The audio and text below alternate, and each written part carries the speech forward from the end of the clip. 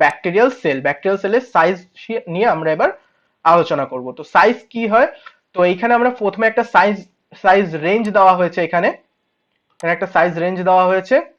তো এই যে রেঞ্জটা, এটা হলো কি আমাদের হিউম্যান আই রেঞ্জ, এটা কি 1 মিলিমিটার, মানে 0.1 মিলিমিটার থেকে 1 মিলিমিটার পর্যন্ত হলো কি আমাদের হিউম্যান আই কোনো কিছুকে দেখতে পায়, কিন্তু তার থেকে ছোট কোনো বস্তুকে আমরা দেখতে পাই না। তো সেরকম যেরকম লাউজ হয়ে গেল, যেরকম reproductive structure of bread mould, ব্রেডের ওপরে মানে পাউরুটির ওপরে যে মোল্ড গুলো জন্মায় সেগুলোর যে সাইজ হয় সেগুলো লাগে 1 মিলিমিটার মতো, যেটা আমরা খালি চোখে দেখতে পাই।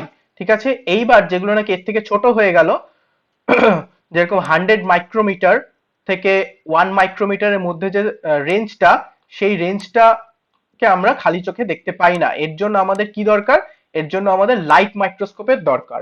তো লাইট মাইক্রোস্কোপের থ্রুতে আমরা এই রেঞ্জের যে কোনো অর্গানিজমদের দেখতে পাই। তো এই অর্গানিজম 100 মাইক্রোমিটারের মধ্যে যেমন আমাদের পড়ছে কলোনিয়াল অ্যালগি গুলো, যেগুলো যেরকম আমরা এই 100 মাইক্রোমিটারের মধ্যে দেখতে পাই।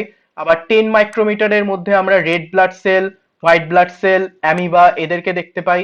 আবার 1 মাইক্রোমিটারের কাছাকাছি, মানে আমরা যেটা নিয়ে আজকে আলোচনা করছি, most bacteria fall between 1 to 10 micrometre in size, মানে যত ব্যাকটেরিয়া রয়েছে তারা 1 মাইক্রোমিটার থেকে 10 মাইক্রোমিটারের মধ্যে তাদের সাইজ হয়ে থাকে। যেমন কিনা আমরা এখানে দেখতে পাচ্ছি 1 মাইক্রোমিটার রেঞ্জে Rickettsia bacteria, rod shaped bacteria যেরকম ইকোলাই, কক্কাস শেপ ব্যাকটেরিয়া যেমন স্ট্যাফাইলোকক্কি, এগুলো আমরা দেখতে পাচ্ছি 1 মাইক্রোমিটার রেঞ্জে। এগুলো আমরা কিসের থ্রুতে দেখছি, লাইট মাইক্রোস্কোপের থ্রুতে এদেরকে আমরা দেখতে পাচ্ছি। ঠিক আছে, এর থেকেও ছোট যেগুলো অর্গানিজম, তাদেরকে আমরা কিসের থ্রুতে দেখবো, তাদেরকে আমরা ইলেকট্রন মাইক্রোস্কোপের থ্রুতে দেখবো। আর এদের সাইজ কত হবে, 200 ন্যানোমিটার। এর আগে কিন্তু আমরা মাইক্রোমিটার নিয়ে দেখছিলাম, এবার আমরা দেখছি 200 ন্যানোমিটার থেকে 1 ন্যানোমিটার। আচ্ছা, এখানে মাইক্রোমিটার ন্যানোমিটার এদের কনভার্সনটা কিরকম, মানে 1 মিলিমিটার মানে আমরা জানি 10⁻³ ঠিক আছে, 10⁻³ মিটার। ওকে, আর এই লাইট মাইক্রোস্কোপের যে রেঞ্জটা দেখলাম আমরা মাইক্রোমিটার, মাইক্রোমিটার মানে কি, 1 micrometre, 1 micron or 1 micrometre is equal to কত, 10⁻⁶। আর এখানে আমরা দেখতে পাচ্ছি ন্যানোমিটার, ন্যানোমিটারটা কি, 1 ন্যানোমিটার ইজ ইকুয়াল টু কত, 10⁻⁹।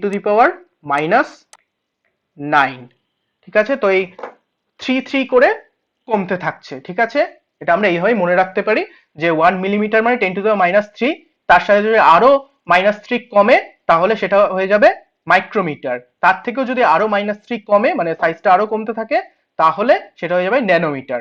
তাহলে মিলিমিটার হয়ে যাচ্ছে 10⁻⁻3, মাইক্রোমিটার হয়ে যাচ্ছে 10⁻⁶, অ্যান্ড ন্যানোমিটার হয়ে যাচ্ছে 10⁻⁹ মিটার। ঠিক আছে, তো এই ন্যানোমিটার রেঞ্জে যেগুলো আমরা দেখবো সেগুলোকে আমাদের দেখার জন্য ইলেকট্রন মাইক্রোস্কোপের প্রয়োজন হবে।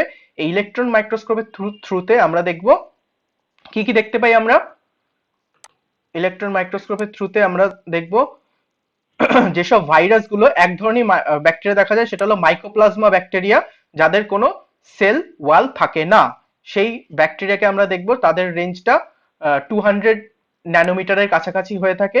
এছাড়া যত রকমের অর্গানিজম দেখবো সব virus, pox virus, AIDS virus, polio virus, hepatitis B virus, এই সমস্ত ভাইরাস এই ইলেকট্রন মাইক্রোস্কোপ ছাড়া আমরা দেখতে পারবো না, কারণ এদের সব রেঞ্জ ন্যানোমিটার রেঞ্জে। ঠিক আছে, তো এই যে ডায়ামিটার অফ ডিএনএ, যে ডিএনএটা রয়েছে, ডিএনএ যে ডায়ামিটার সেটা হলো কি 1 ন্যানোমিটার, 1 ন্যানোমিটার রেঞ্জে আমাদের ওদেরকে দেখতে হবে। ঠিক আছে, লার্জ যে প্রোটিন যে স্ট্রাকচার সেটা আমরা দেখার জন্য এই 10 ন্যানোমিটার থেকে 1 ন্যানোমিটারের রেঞ্জে তাদের সাইজ হয়ে থাকে। ঠিক আছে, তো এই বিভিন্ন স্ট্রাকচার বা সাইজ আমরা ব্যাকটেরিয়া এর থ্রুতে দেখতে পেলাম। তো আরো আমরা যদি কম্পেয়ার করি সেই হিসাবে, একটা হিউম্যান হেয়ার, এটা হলো কি একটা হিউম্যান হেয়ার। ঠিক আছে, এই হিউম্যান হেয়ারের তুলনায় একটা ভাইরাস বা ব্যাকটেরিয়া অর যে কোনো হিউম্যান সেল কতটা ছোট তোমরা এখানে কম্পেয়ার করে দেখতে পাবে।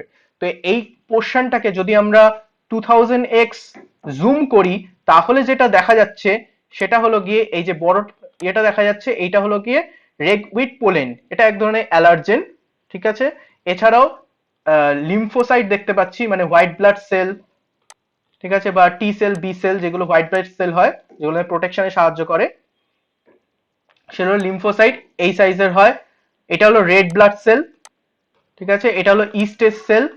আর ঠিক এইখানে যে ছোট ছোট ইয়েগুলো দেখতে পাচ্ছি, এগুলো হলো ব্যাকটেরিয়াল সেল। মানে আমাদের যে হিউম্যান সেল, হিউম্যান সেলের এই যে human sell, red blood cell, এগুলো হলো হিউম্যান সেল। এই হিউম্যান সেলের তুলনায় একটা ব্যাকটেরিয়া কতটা ছোট তোমরা এখানে কম্পেয়ার করতে পারবে।